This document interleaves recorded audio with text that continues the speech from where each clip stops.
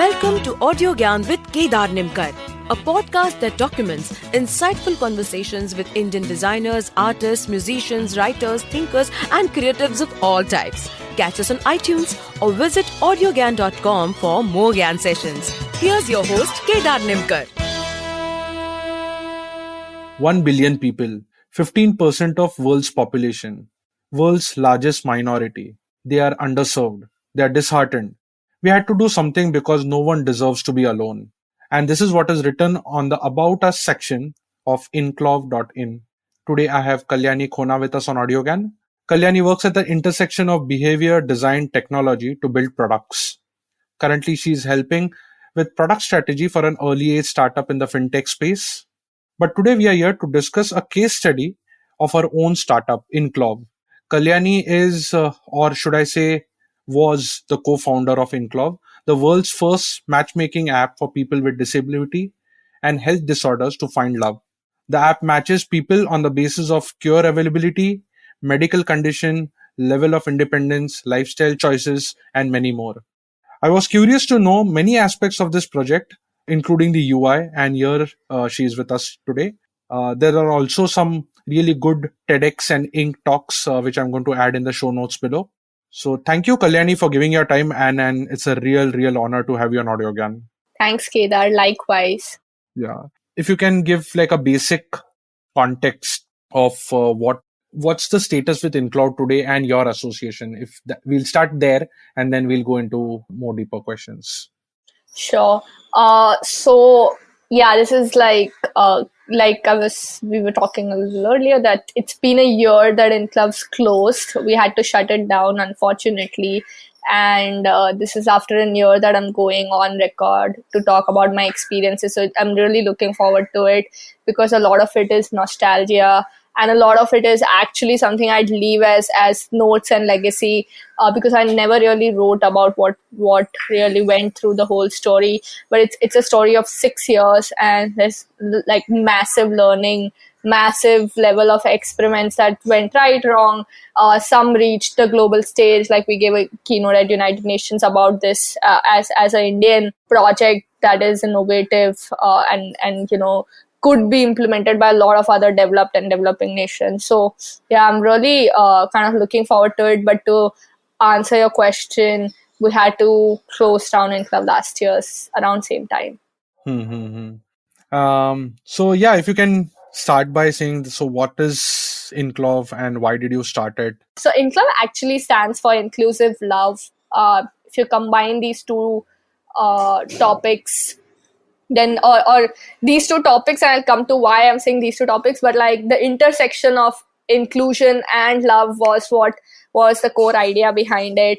And there are as per United Nations, there are like 80 million people in India, and this was like 10 years back. Like that's the earliest report I could get on an Indian number cited by a global organization. So right now you could easily count that as another 100 million people with disability living in India. And the only reason I feel it's much easier to explain this problem today is because we're all confined to our homes, and we hate that. Like we don't have a choice to be able to do what we want to right now because of amoeba atom that's kind of paralyzed the whole world. Think of it in a similar analogy that there are 100 million people in India who, not just because of COVID, but otherwise genetic or medical condition, go through this same confinement, but across their lifetime. So you and I have been confined for, let's say, 4 to 5 months now. But think of this 100 million people confined to their homes or to their whatever space they are right now in for lifetime without much physical or external kind of interaction with the rest of the world.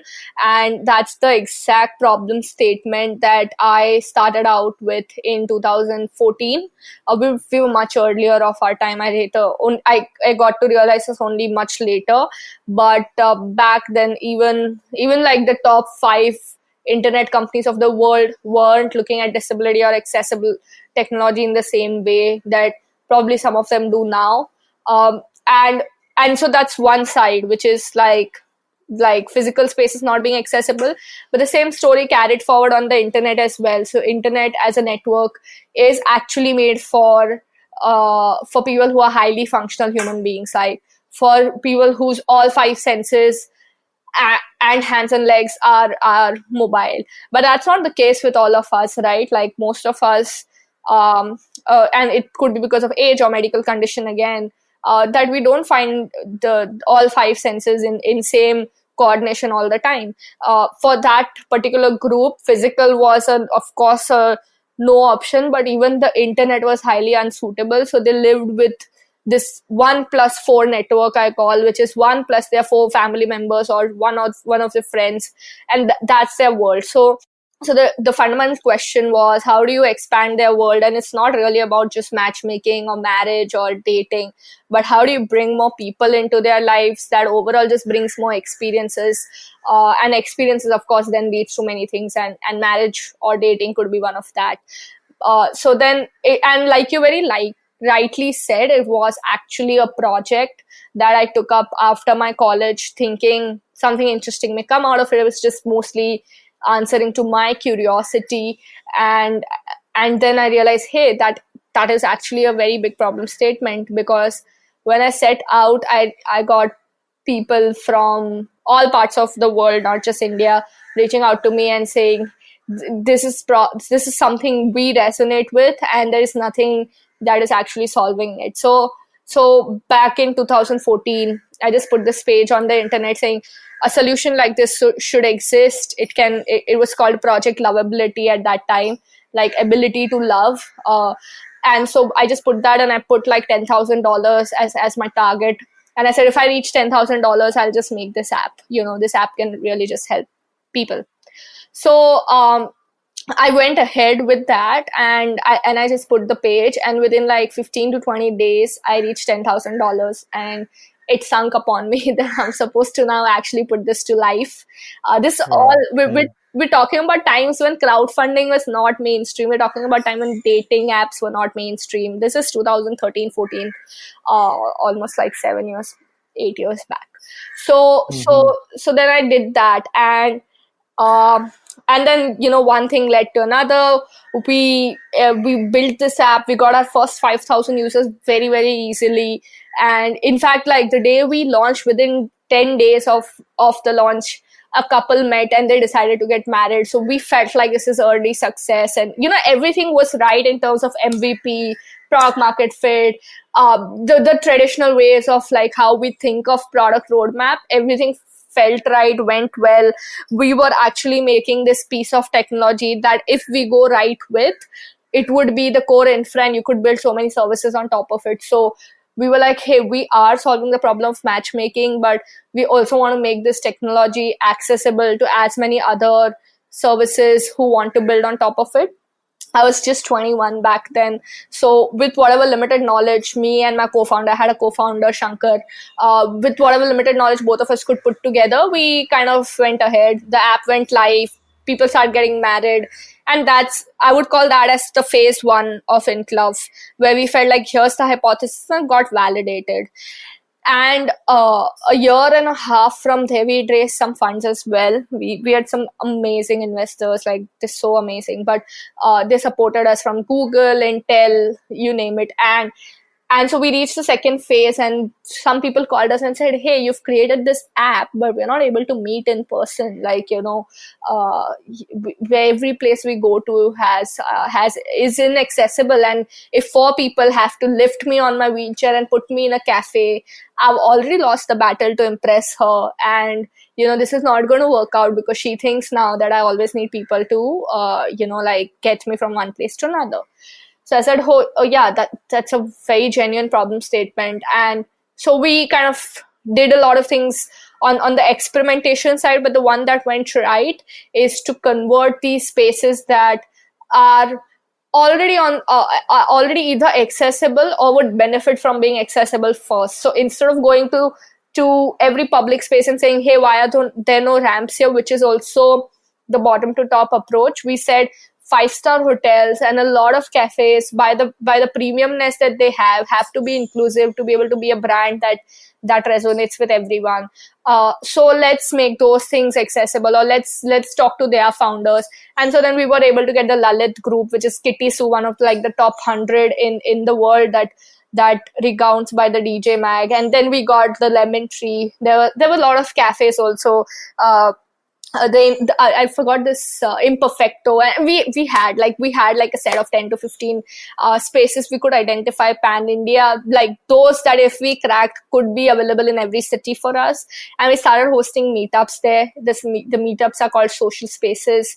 They were quite a hit. I think there were people who thought social spaces is the company, and Inclov is something that is distinctively different from it. But like, so that happened, and I think that was the moment that happened where everyone who either got married through us or met somebody through us said, we want to host a social space for you in Ahmedabad, in Udaipur, in Sultanpur. Like it just amplified. So that's, I know the introduction went for a little long. That's like what I'm talking about as what Inclov stood for. In my mind, it still stands for is trying to do something different for people who are very different from you and me, who live very differently, and in a time where all of this was not actually an expectation. Wow, it's very, very inspiring.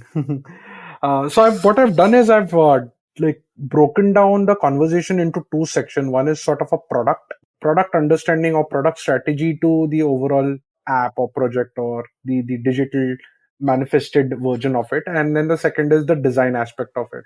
So in product, what I would say is that, so in Audiogyan's 130th episode, I met Upasana Makati. So she is a founder of White Print, which is also like India's first English lifestyle magazine in Braille. So for visually impaired. And in our conversation, I asked her that why lifestyle? I mean, like, and to which she had a very nice answer that why can't these people have just fun while reading? Why, especially these visually impaired, generally get texts or something which is educational in nature. They won't have like a poem or a joke, or I don't know, like there is no fun angle to their reading experience. So that's why she consciously took this effort of making it a lifestyle sort of a magazine. So on same lines, there are like many problems, and the one which we started, that calling them disabled is like the least of a problem, but there are many. So why did you think matchmaking you picked up as a problem, and not say support in any other way? Yeah. So two sides of answers for this. One, that, like I said, there were many problems, but the easier one to create a moat out of, where you can mobilize a community that you can then build services for, was matchmaking. But like, I'll give you a more back then, a 22-year-old's thinking on why matchmaking. Like, so what I did know back then was that if there is this one person and then there's this other person, then let's say there are these 100 people, a network of 100 people, does Kalyani want to go and empower or help each one of them individually?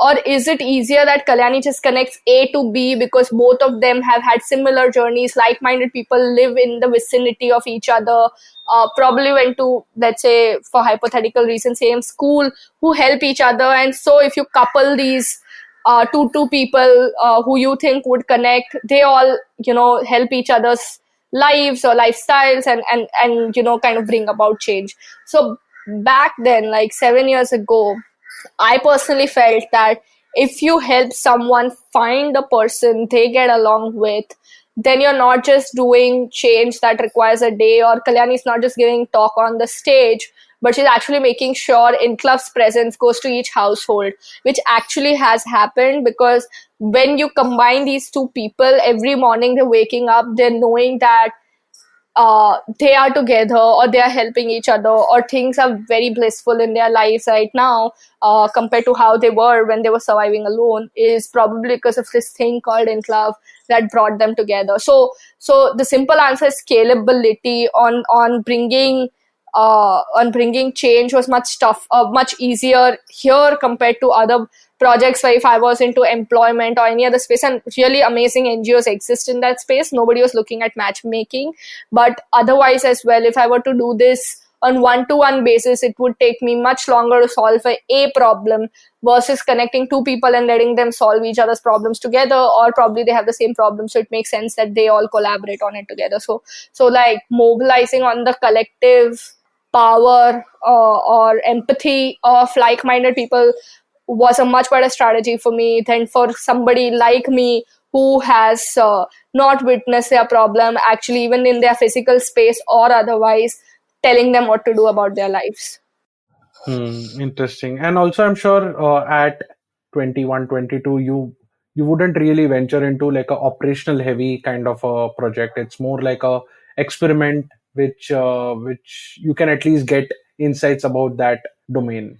Yeah, actually, now I think about what is operationally heavy and not. Back then, when I was just a BCom graduate out from my financial markets course, I didn't know what is operationally heavy and not. Like, OYO is operationally heavy today. When the guy started out, probably didn't think of it that way. So I honestly didn't think of it that way. But yes, for me, if there were X resources and a two people team, what is it that can bring the maximum impact on ground? So back then VC funding and all of that was not as accessible as it is today, which is why I always had to see, and I always see what my constraints are, and then with the change that I want to bring or impact I want to bring, what could my options look like? And it's more lateral thinking for me than going linear one after another to solve it. And with all of the constraints I had and with the problem in hand, I felt like irrespective of the operation side, because social spaces was technically very operationally heavy, to be able to fly to each city, host a meetup, make the venue accessible, ramps, all of that, but like looked like an easier thing to do with the constraints I had compared to any other services. Sure. Cool. Moving on to the next one is, I mean, the moment I stumbled upon this project and I shared with my team members at Book My Show, like one of the designers said, why do we want like a different app? Okay, why can't the existing app happen?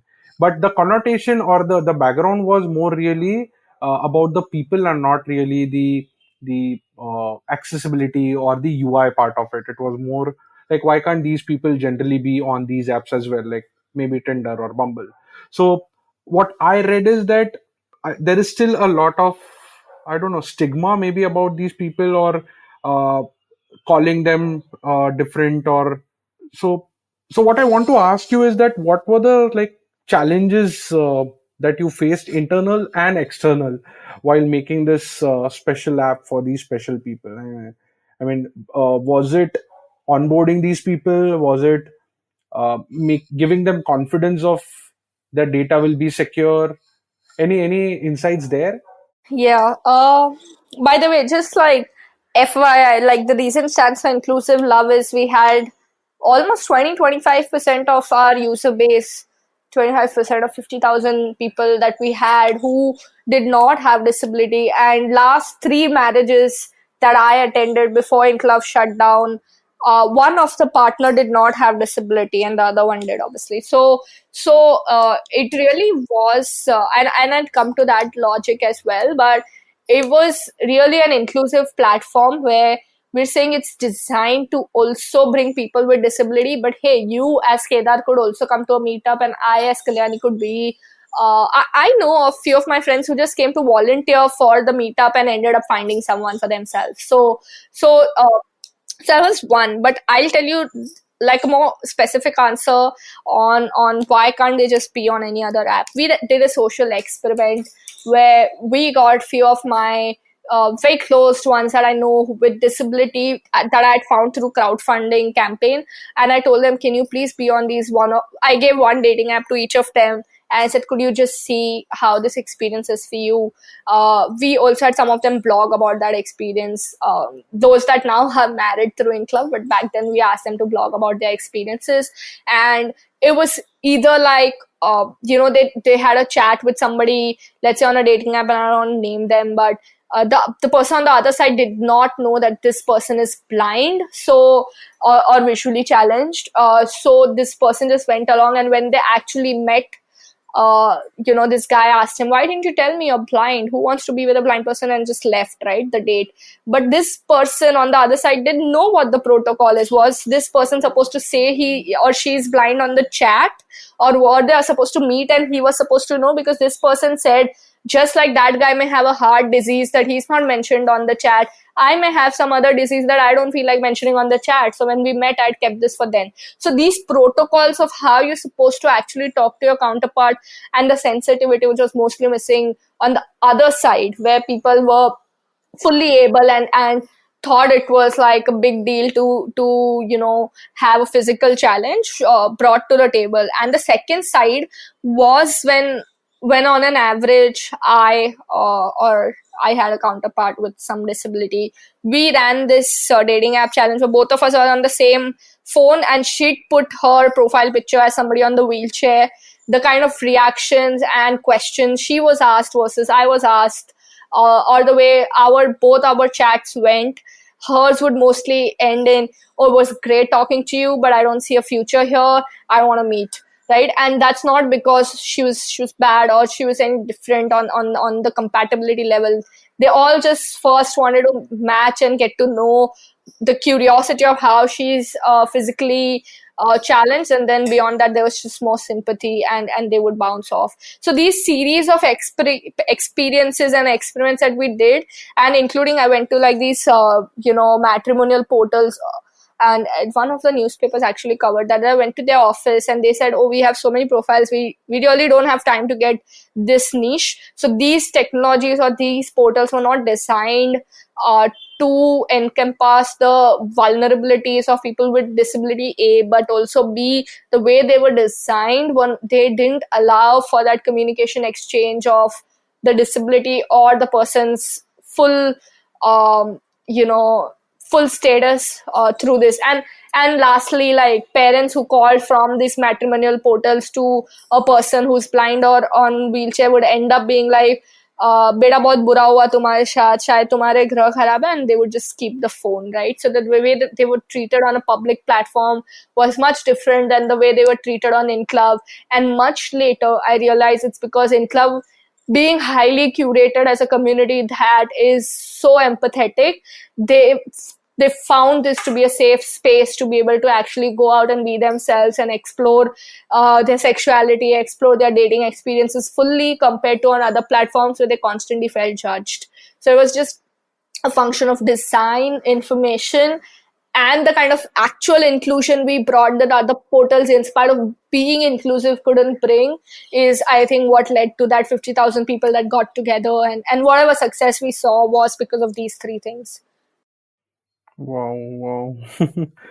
It's sometimes sad to know the state of things, and it's also very inspiring to know that what you try to. I mean, I remember like one interview with Ashwini Deshpande. She said that the stairs by which we came up is designed for like maybe a 6 foot white male. That's all the stairs are designed for. Yeah. And I mean, it's that inaccessible in our country, especially. Yeah, that's right. So And which is why I think it clicked. yeah. I mean, it's I don't know. Is it lack of empathy? Because like Shadi.com or Bharat Matrimony or these any of these big websites, they still don't have this sort of a section. Is it? I No, they mean, do. They do. okay, I okay. was surprised. Back then it wasn't.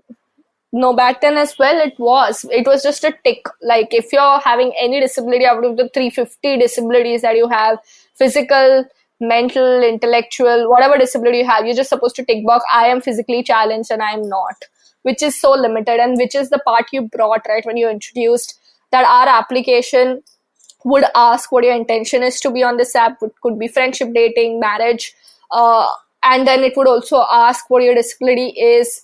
Does that make sure you're independent, you're not? Does it have a cure, does it not? How does this impact your office or your work life, does it not? All of that actually gives a person on the other side, very strong visibility of whether this would be a good fit or not, which the other websites didn't. Just by putting like a tick box is like on whether I'm disabled or not was like mere tokenism according to me.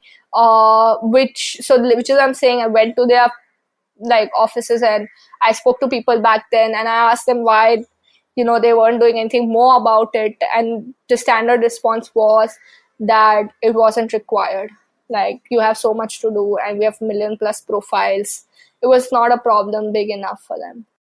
And do you have any insight on when you go to apply to these international places, like, I don't know, maybe Intuit and like any big corporations where you apply, there's a form which in the end it obviously with gender and nationality and race and ethnicity, they also have a drop down which says, are you disabled? I'm not disabled and I don't wish to disclose. There are just these three options. Yeah. So any insight as to why does the third option exist? I don't wish to disclose. Oh, it's because you need to give them a choice. It's a very personal information that most people feel either will lead to biasness, like how you have racism. You also, if you're disabled, most people unfortunately relate it with lower productivity at workspace, or may not choose or end up hiring that CV. The second side is that a lot of people with a lot of self-respect, I know, said we don't want to be a part of that quota, that 1% hiring quota for people with disability that you're supposed to follow as a corporation. So they mentioned that they do not wish to specify to make sure that they get selected on merit and not otherwise. It has both the sides of stories. Wow. And the reason I know employers ask this is, one, of course, they have the 1% or whatever, now it's changed, but that quota.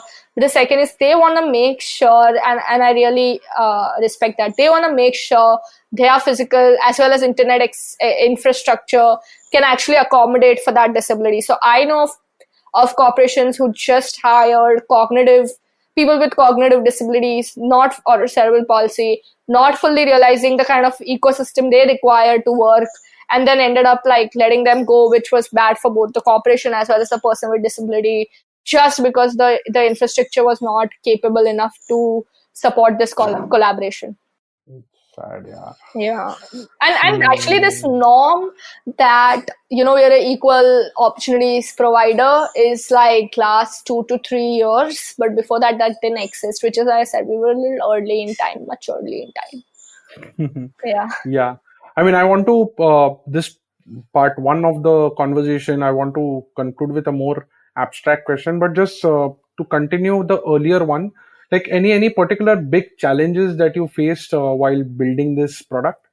I mean, one that you mentioned about you reaching out to these matrimony sites and figuring out the state of things the way they are. But how did you like counter those in the app which you were building? Because I'm curious to know, and also in the talk you said that it was all manually tagged. So if you can just share those insights somewhere. Oh, this talk was, I think, 2015, after which we went algorithms and data. So do you want me to talk about challenges? Because my biggest challenge, and that led to the failure as well eventually, or whatever you call it, like, was the discovery of audience actually, and not the design. And design could have been, it was solved. It did take a lot of more money, infrastructure, people, but like it was a solvable problem compared to the discovery of audience, which I still feel is an unsolvable problem. Okay, so if you can tell me more about that. Yeah, so the problem that we face that led to this hard reality that this cannot be scaled digitally as quick as we'd want to was that until 2014, 15, 16, Facebook let you discover audiences based on, like, they were able to identify if somebody had disability and they would show your ads to them and so on and so forth. So it was easier to reach them.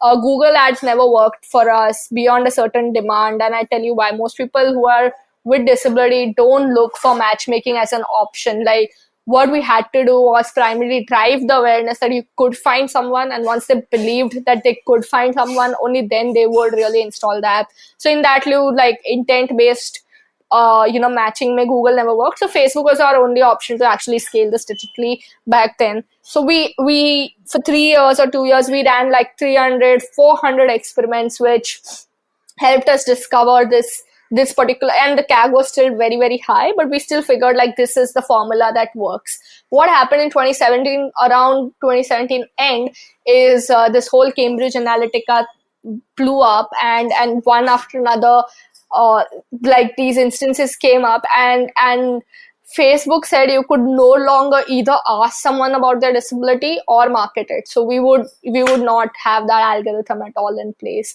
which meant now, of course, from whatever, anywhere our CAG was like 150, 200, it already like shot up. It was more blanket. You just like throw the blanket to 100 people and hope that 5 of them would have a disability or would require your app because of certain decisions that they made.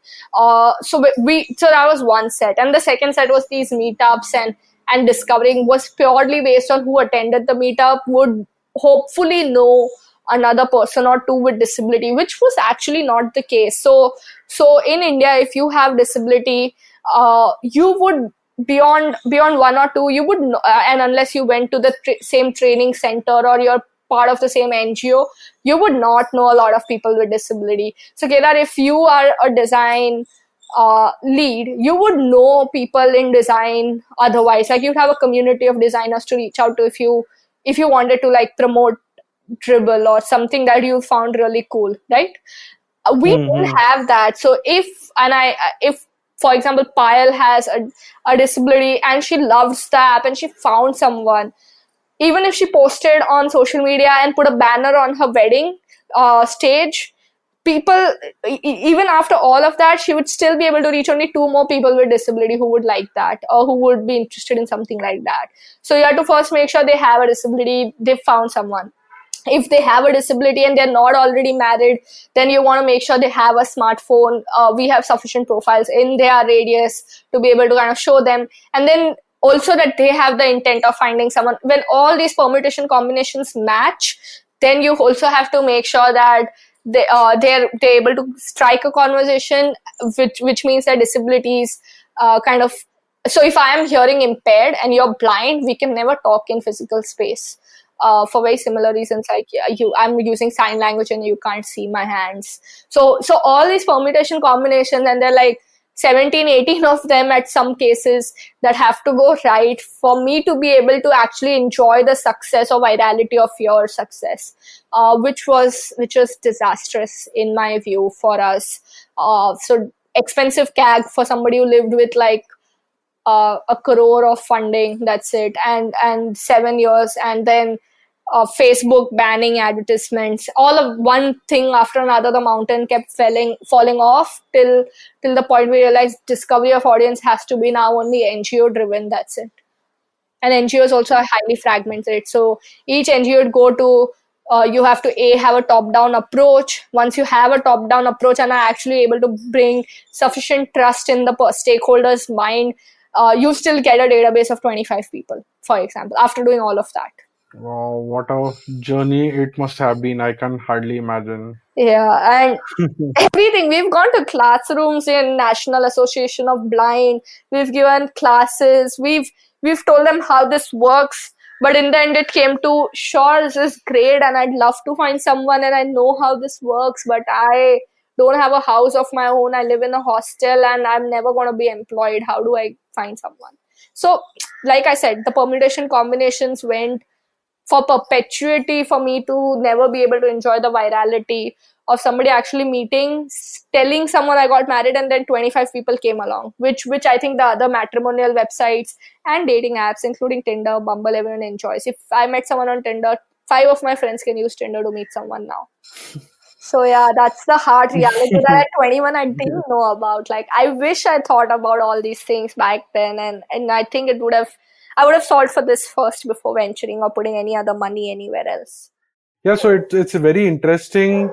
I mean, it would be very interesting to know that, like, how has your definition of equality has changed? I mean, we'll conclude this particular section with this more abstract question of, like, yeah, I mean, in last 8, 10 years or maybe 20, 30 years, how has your definition of inequality or equality has changed? Yeah, that is an abstract one. But and I have one contrarian stand at it as well. By the way, for me, it's very simple. Equality is that you have the choice to be able to do something, even if it means choice to want to live unequally. That's still a choice. But it just simply put, it's like a choice to be able to do something that everyone else gets to do is equality for me. But a contrarian view that was very eye opening, and I don't know if it still stands, but back in the day, was that most people think of inequality. I'm trying to frame this right. Think of inequality as something that has to prevail like a food pyramid in this ecosystem. I forgot whether I read this or somebody told me this about, you know, uh, yeah, like, yeah, that whole thing कि अगर राजा का बेटा राजा नहीं बनेगा तो क्या करेगा kinds, या और राजा का बेटा राजा नहीं बनेगा, you know, then who would, or who is even capable of, right? And I figured that Hmm. most of it think that way because I went to attend a wedding, a Inclov wedding, and I do remember that it was almost when this guy had, you know, he's from a very good background. He almost had the sense of entitlement uh, of finding a bride, even when he had a disability and the bride didn't. I don't know. I'm not able to like my neural links are not connecting right now on being able to articulate this to you like how it's in my brain. But most people, what I'm trying to tell you is most people think that this is a good, this is fine to have in our society, and hence, you know, it's a much tougher thing to fight. Wow. Brilliant. Most people say most people say they don't like inequality, but like I feel their actions are very different. Even here, I live in Bandra. Even here, like most very educated people say they want equality, but they treat their house help in a very, very different manner. And which is what I'm trying to tell you, that this has to persist for them to be able to be entitled to what they are. Yeah, yeah, yeah. I mean, even I was having a chat with one of the friends, I think maybe a couple of months ago, and what we figure out is that we actually pay about less than 1% of our salaries to our house help. I mean, and still we are talking about equality. And I mean, that's at least the state in which I am doing right now. And it puts me in a question to say that, is it fair? Is it fair? I mean, it is actually the entire nexus is designed to keep the people lower in the pyramid, make sure that they Yeah, still are, they continue and they enjoy and they feel blessed if someone above them picks them up. I mean, the entire thing is staged. Yeah, right. It feels very yeah, weird to think on those lines. Yeah. Anyway, so that will digress. Moving on to the design part of it, I have just a couple of questions. sure. That Was there any conscious effort or decisions you made to keep the app also accessible? Any insights or any nuances? A lot. So retrospective accessibility is very complicated. Like Twitter tried it for a really long time. So they were really inaccessible when they launched. Um, but then they now you if you see you can put image description to your images and so on. So they've tried. They have a separate vertical uh, called accessible Twitter or something to make Twitter accessible as an interface, but it's very tough because all your code is already written, probably not labeled for the voiceover to be able to read it, which we didn't want. So we started labeling everything, right from our buttons, everything actually, to the extent that if you didn't want to see the visual, and you'd get it because you're hosting this podcast. If you didn't want to read the visual, you could just put your voiceover on Google Talkback on, and the app would read you in a way that you've hit home. This is Raj's profile. He's 6'1". He lives in Kanpur. He has this disability. Tap to add him, and then you add him, and then the chat would start, whatever. So we'd make sure that if you were not using this app visually, you could still listen to the whole app, so on and so forth. For different other disabilities that was tested, you could use this app in multiple ways if you don't want to use one senses or the other. uh, the only feature we did not have for a really long time, and if we had existed longer, we would have had, is the in-call feature. But most people had WhatsApp calls by then, and they could have shared their phone number. But otherwise, except the hearing part, we made sure retrospectively everything was tested for voiceover first. Including our website, it had to be accessible. Colors had to be selected by a certain means, that we made sure that, our first website actually was much more accessible, very ironically, than our last website. Our first one also had the black and white contrast, everything basically for any kind of person to be able to use it as seamlessly, irrespective of their physical challenges. So yeah, but the core would be that labeling each code that most people forget in a way that makes sure that every piece of word is actually audible as well. Was not a thing before Alexa and before voice became a thing, which is like hardly 3 years back. Mm-hmm. Interesting. And I think I stumbled upon a website called bookmybuy.com. I don't know, it's a book my show but yeah, book my buy and Saves. I'm sorry, I just had to so, make this joke. so yeah, in that when you start entering your details and the request which you have, it's quite extensive. That I mean, it they go as granular as saying that, okay, is the person who's going to come as a house help, do you need sort of a, like, are there older people in the house, like how old they are, do you need person who can change their diaper? I mean, that granular level details. And I don't think so that although they are capturing everything, but how algorithmically these matches are made is something which I have questioned. But in your case, you've also mentioned that you matched people manually on medical condition or lifestyle choices or cure availability. So if you can just give that, like, some insights about that, what was it about? Yeah, so initially it was manual. After like 3 or 4 years of this No, even in manual, how did that happen? I'm So like, if you can. yeah, okay, let's do it with examples. It's much easier. So Yeah. if I have a kidney, I had people who didn't have kidneys. Okay, like both of them missing. In fact, no, yeah, one of them missing and had to go for transplant.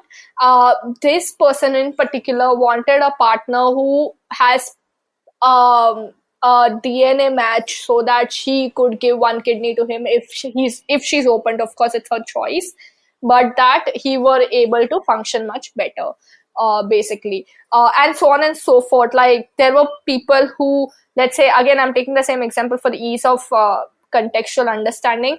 This person had a kidney transplant done, wanted to make sure the other partner also came from very similar background so that they could understand each other's lifestyles, as they can't take really long 6-hour drive and travel the world and all of those expectations that usually people would have from their partners. So this person had very specific criteria that if you can get me somebody who's also had a kidney transplant, I feel this match is more compatible because of our food habits that have to be similar. We're not allowed to eat a certain items because of our lifestyle, like dialysis and resources, everything that goes into is much similar.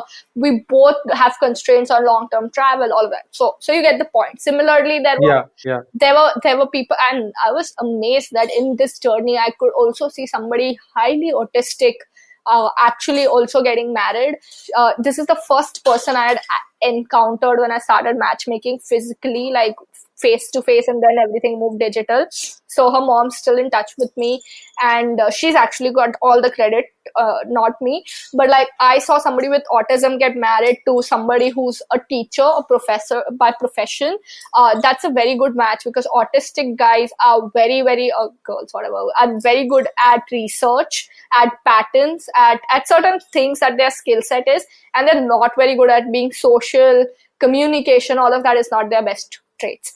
He found someone who's a professor and with hardcore research, which means he had a very complementing abilities. And that person also didn't enjoy speaking too much, didn't enjoy a social lifestyle, all of that. So it was a good match, and she didn't have to be autistic for that, but you have to just look for these traits, right? that's what I meant when I said matching complementing abilities, and the curability part is the transplant part that I was talking about. If somebody has no chance of transplant and doesn't have a kidney, probably wants to go for somebody also who doesn't have kidneys, because they both are mentally prepared. One of them may not live very long. So that's what I was talking about when I said like they're cured. Correct. No, yeah, but how do these match happen? I mean, they are giving you these details and you are noting them, and then you are probably waiting for someone with similar thing, and then you are actually going through this database and then matching them. In the physical world for 2014 and 2015 a year, that's how it happened. 17, 18, we were highly optimized with the use of technology and algorithms on the back end. Like they had Wow. to input all this data, but we were able to feed in this information of if this, then that already for most use Wow. cases. But that could Wow. only happen like 4 years into the journey. That's amazing, Aaron. I think, I mean, this can just go on and on for me. It's so inspiring and so very close to me in terms of the philosophy of getting to the grassroots level and trying to do something worthwhile. But yeah, given the time span people have already, I think we've Yeah. generally I conclude it in an hour, but it's fine. Who helped you in designing and developing it?